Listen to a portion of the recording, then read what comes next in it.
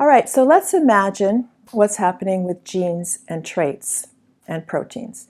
So let's say that we know that a parent and another parent here can contribute their genes to an individual here. So we will have a pair of genes for a channel protein in an individual.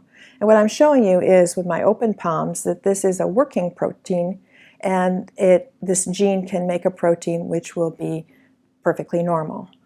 But in the case when I show my hands like this, we're indicating that this is a gene that will make a defective protein, as in cystic fibrosis.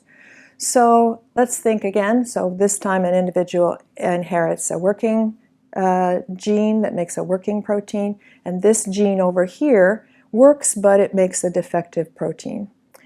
Well, what happens is a person may never know that they're a carrier in this case, because the cell can use this gene to make a working protein. And this one may still make proteins, but they may not be functional.